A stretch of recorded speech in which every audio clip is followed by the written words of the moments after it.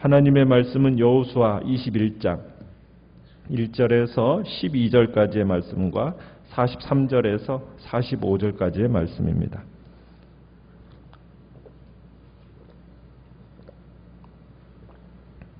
여호수아 21장 먼저 1절에서 12절까지의 말씀을 교독합니다. 그때 레위 사람의 족장들이 제사장 엘르아살과 눈의 아들 여호수아와 이스라엘 자손의 지파 족장들에게 나와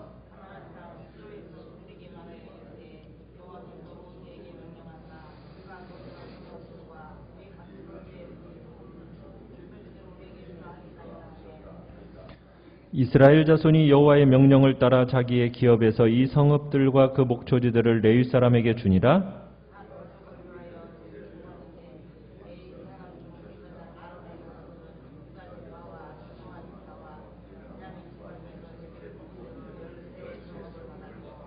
그앗 자손들 중에 남은 자는 에브라임 지파의 가족과 단지파와 므낫세 반지파 중에서 제비 뽑은 대로 10성읍을 받았으며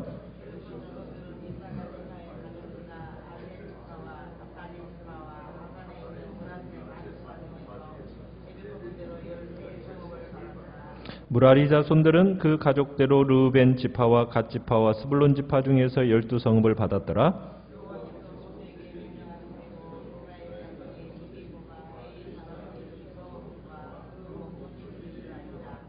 유다 자손의 지파와 시므온 자손의 지파 중에서는 이 아래에 기명한 성읍들을 주었는데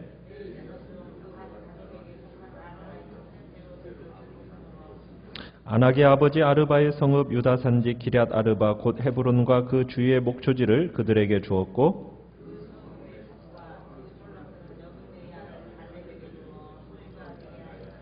43절로 가겠습니다. 43절 여호와께서 이스라엘의 조상들에게 맹세하사 주리라 하신 온 땅을 이와 같이 이스라엘에게 다 주셨으므로 그들이 그것을 차지하여 거기에 거주하였으니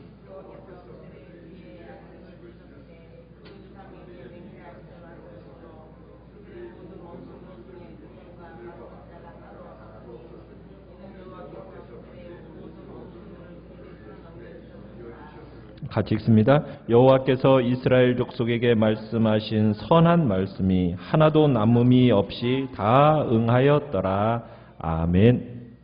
오늘 말씀의 제목은 내 것에 대한 바른 사용법이라는 제목으로 말씀을 나눕니다.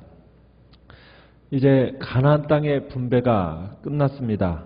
그러자 이제 레위 족장들이 그들을 위한 성읍과 목초지를 요구를 합니다. 레위 지파들은 다른 지파들과는 달리 땅이 분배가 되지 않습니다. 왜냐하면 하나님 자신이 레위 지파에게 기업이 되기 때문입니다. 그러니까 레위 사람들은 이스라엘의 여러 지파들 사이에 흩어져 살면서 빛과 소금의 역할을 감당해야 했습니다. 그러니까 그들은 이스라엘 사람들에게 율법을 가르쳐야 했어요. 그러니까 당연히 흩어져 사는 것이 그 임무를 행하는 데 있어서 수행하는 데 있어서 도움이 되었던 겁니다. 그래서 이 일을 위해서 레위 지파들은 땅이 유산이 아니라 하나님이 유산이라는 거예요. 그래서 레위 지파들에게 각 지파들이 차지한 땅에서 성읍을 주라고 이렇게 하나님이 명령을 하셨던 겁니다. 또한 백성들에게 율법을 가르치는 레위 사람들이 이제 이스라엘 영토 전역에 이제 분산되어서 그렇게 성읍을 차지하며 산다는 것. 이것은 어떻게 보면 이스라엘 백성의 거룩성을 또한 상징하는 겁니다. 우리를 가리켜서 이런 얘기를 하죠. 영적 레위인이다. 우리는 하나님의 일을 위해서 심기움을 받은 사람들입니다. 그래서 우리에게 주어진 사명은 구약의 레위인만큼이나 그 사명이 막중한 거예요. 우리는 하나님을 위해서 거룩하게 구별된 자들입니다. 그래서 세상 가운데 하나님의 거룩하심을 드러내면서 세상 사람들에게 하나님과 그의 말씀을 가르치는 사명을 받았습니다.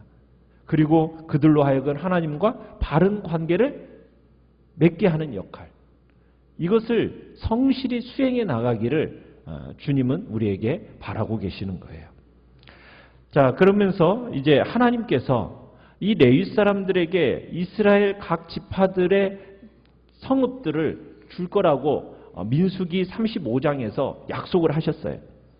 레위 지파들은 그것을 근거로 해서 2절에 가보시면은 그걸 근거로 해서 요구를 하는 겁니다.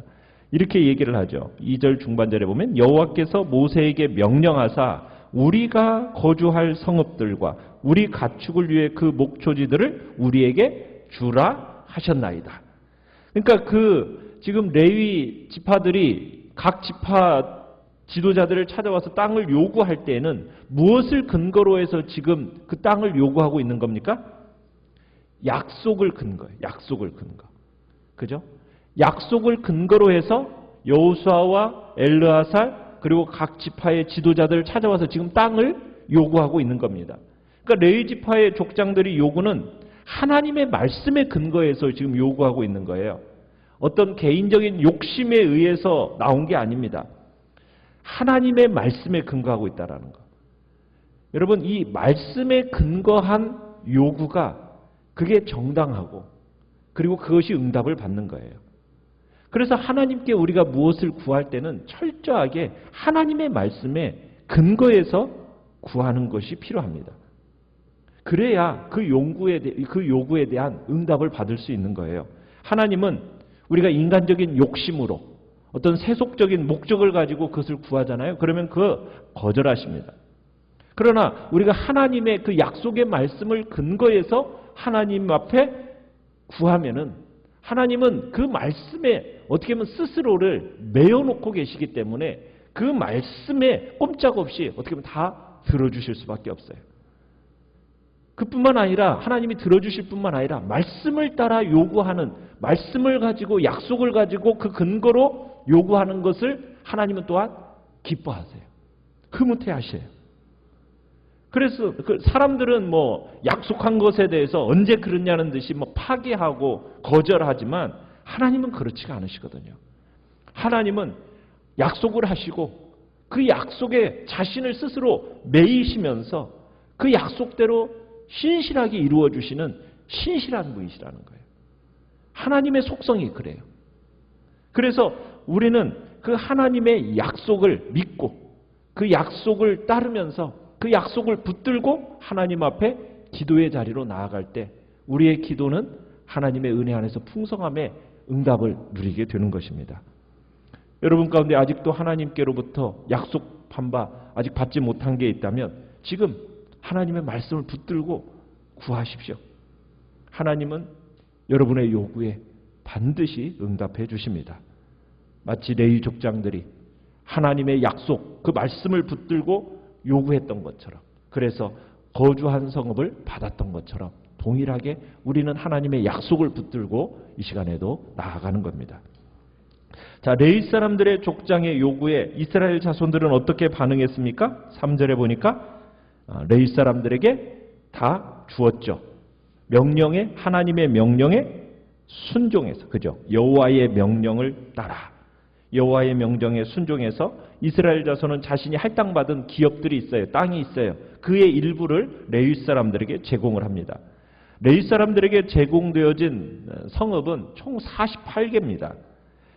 어떻게 보면 이스라엘 12지파의 어떻게 평균 한 4성읍 정도를 이렇게 내놓아서 총 48성읍을 레위 사람들에게 준 겁니다. 그러면서 레위 사람들이 이 성읍에 이제 거주하면서 주변의 가축을 먹일 수 있게 됐죠. 근데 이 레위 사람 성읍들을 하는 데 있어서 무슨 방법을 또 쓰고 있습니까? 4절에 보니까 제비 뽑기의 방법을 통해서 이제 그 세 아들, 첫 번째 4절에 보면 그핫 가족, 고핫 자손, 그 다음에 6절에 게르손 자손, 7절에 무라리 자손들에게 이제 그 땅들이 분배가 되어지고 있습니다. 이 레위 족장들의 요구에 이스라엘 자손이 기꺼이 성읍과 그 목초지를 내줄 수 있었던 까닭은 무엇이겠습니까? 과감히 자신들의 기업과 기업의 일부를 떼어줄 수 있었던 것은 자신들이 받은 땅이 자신의 노력에 의한 것이 아니라 하나님의 약속에 성취가 된 결과다라고 인정하고 있기 때문에, 하나님의 약속이 성취된 결과라는 그 인정된 신앙, 그 신앙이 있었기 때문에 자기의 것을 기꺼이 떼어줄 수 있었던 거예요. 그러니까 자기 거라고 막 고집스럽게 못 내놓는 것이 아니라 할당받은 땅이라 할지라도 하나님이 주신 선물이라고 여겼기 때문에 그 선물로서 기꺼이 레위 자손들에게 이렇게 제공해 줬던 거예요. 자, 그런데 이제 아론 자손이 할당받은 성읍 가운데 우리가 8절부터 12절은 유다 지파, 특별히 그들의 대표자인 갈렙과 그의 가족들에게 있어서 매우 중요한 성읍 중에서 주어진 것을 보게 돼요. 11절에 보면요. 어느 땅이 주어지고 있느냐면 헤브론 땅입니다. 여러분, 이 헤브론이라는 것은 매우 중요한 성읍이었어요. 누가 이 헤브론 땅을 정복했습니까? 갈렙이었죠, 갈렙. 근데 이 성읍이 어떤 땅이에요? 우리가 11절에 보듯이 아낙의 아버지 아르바의 성읍이다, 이렇게 표현하고 있죠. 이 성읍이 아낙 자손의 소유였다는 거예요. 매우 견고한 요새였죠. 정말 거인들이 살고 있는 그런 땅을 정말 이 유대 지파 지도자였던 갈렙이 자기 목숨을 무릅쓰고 정말 빼앗아서 노년에 그 얻은 성읍 아닙니까? 그럼 얼마나 정말 자기에게 있어서 귀한 성읍이에요. 그런데 지금 이 아론 자손의 성읍으로 이 헤브론이 딱 제비 뽑혀진 거예요. 그러니까 지금 어떻게 합니까? 갈렙이 미련 없이 그거 내놓는 겁니다.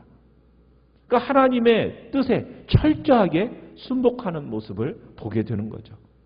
그러니까 성도들은 하나님이 원하시면 아무리 귀하고 내가 정말 내 죽을 고생을 다해서 피땀 어린 그 결과로 얻어진 것이라 할지라도, 그렇게 내가 귀하게 여긴다 할지라도 하나님이 원하신다면 기꺼이 조금도 주저하지 않고 드릴 줄 아는 것이 그게 진정한 성도의 모습이다. 이게 믿음이다. 진짜 하나님의 은혜를 입은 자의 바른 자세라는 것을 우리에게 보여주고 있는 겁니다. 정말 하나님을 자신의 삶에 있어서 가장 우선순위에 두는 사람만이 이렇게 기꺼이 드림이 가능하다라는 거죠. 우리가 43절로 다시 이제 넘어가 보겠습니다. 이제 13장에서부터 시작된 가나안 땅 분배 이야기가 이제 막을 내립니다. 자, 이스라엘이 이처럼 가나안 땅을 차지하고 정착할 수 있었던 것은 무엇이었느냐? 다 하나님의 은총이었다. 처음부터 끝까지 하나님의 은총이었다. 이 고백입니다. 그러니까 하나님께서는 이스라엘의 선조들에게 약속하신 모든 것 다 행해 주셨어요. 그죠? 43절에 보면 여호와께서 이스라엘 조상들에게 맹세하사 주리라 하신 온 땅, 그거 이스라엘에게 다 주셨습니다. 그거 다 차지하게 하셨고 거기에 거주하게 하셨어요. 그게 하나님께서 약속하신 것을 정말 하나도 빠짐없이 지키셨다. 결국 이런 날이 온 겁니다. 그러면서 44절에 가보면은 그 땅에서 이제 선조들에게 맹세하신 대로 그 땅에 정착해서 평화를 누리게 안식을 주셨다라고 얘기하고 있어요. 평화를 주셨다는 거예요. 그들의 원수들이 맞서는 자가 있었어요? 하나도 없게 만들으셨어요. 대항할 수 있는 그런 원수들이 없도록 하셨어요. 정말 어떻게 보면 이스라엘이 애굽을 출발해서 광야를 거쳐서 이 가나안 땅에 정착하기까지는 참 우여곡절이 많지 않았습니까? 그렇지만 그래도 이런 일이 가능했던 것은 하나님께서 약속하셨거든요. 하나님은 약속하신 것을 하나도 어긋남이 없이 다 이루어 주십니다. 그래서 45절에 그렇게 얘기하는 거죠. 여호와께서 이스라엘 족속에게 말씀하신 선한 말씀이 하나도 남음이 없이 다 응하였더라.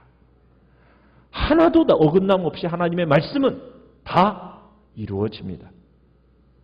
이 말씀 속에서 우리는 하나님의 신실하심을 느끼게 되는 거예요. 여러분, 아브라함과 사라의 그 정황을 한번 생각해 보십시오. 이스라엘의 시작 자체가 하나님의 기적이었지 않습니까? 그렇죠? 하나님의 베푸신 기적이었어요. 자식을 낳지 못했던 아브라함과 사라를 통해서 하나님은 얼마나 수많은 백성들을 정말 그 약속대로 이루시지 않았습니까? 하늘의 별처럼 바닷가의 모래처럼. 그리고는 가나안 땅을 주겠다고 약속하신 그 약속대로 하나님은 주셨고 애굽을 출발해서 가나안까지 입성에서 이루어진 모든 것들이 결국 하나님의 은총이었다. 물론 이스라엘도 이 가나안 땅을 정복함에 있어서 전쟁, 거룩한 전쟁에 동참하면서 열심히 노력했죠. 그러나 이 모든 것을 다 이루고 난 시점에서 딱 뒤돌아보면은 어때요? 하나님의 인도하심이요, 하나님의 은총이었음을 고백할 수밖에 없는 거죠. 우리의 일생의 여정도 마찬가지지 않습니까? 우리가 천국문에 다 이르러서 우리가 하는 고백도 어떤 고백이겠어요?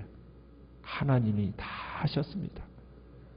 주님이 여기까지 나를 인도해 주셨습니다라는 그 고백. 그게 진정 우리의 고백이 될 것입니다. 우리 그리스도인들은 미래지향적으로 살아갑니다. 그러면서도 동시에 뒤를 돌아볼 수 있는 여유를 지녀야 돼요. 우리가 뒤를 딱 돌아볼 때 하나님이 내 인생 속에서 어떻게 역사하셔서 여기까지 인도하셨는지를 볼 수 있는 그 눈을 여러분이 가지셔야 됩니다. 정말 특히 힘들고 어려울 때는 정말 하나님이 함께 하시지 않았더라면 내가 여기까지 올 수 없었을 거다라는 그 생각을 다 가지면서 과거에 베풀어 주신 하나님의 은총이 어떠한가 그걸 생각하는 거예요. 그러면요, 내가 지금 현실을 적극적으로 살아가는 것에 있어서 정말 확신과 또 미래에 대한 꿈꿀 수 있는 능력이 내게 생겨져요.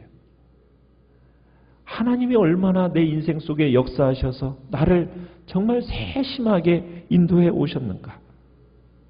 우리는 그것을 한번 주님 앞에서 돌이켜보면서 잠시 멈추고 지난날 베풀어 주신 하나님의 은총을 세어보는 그 시간, 그게 어떻게 보면 우리에게서 가장 의미 있는 날이 될 것입니다.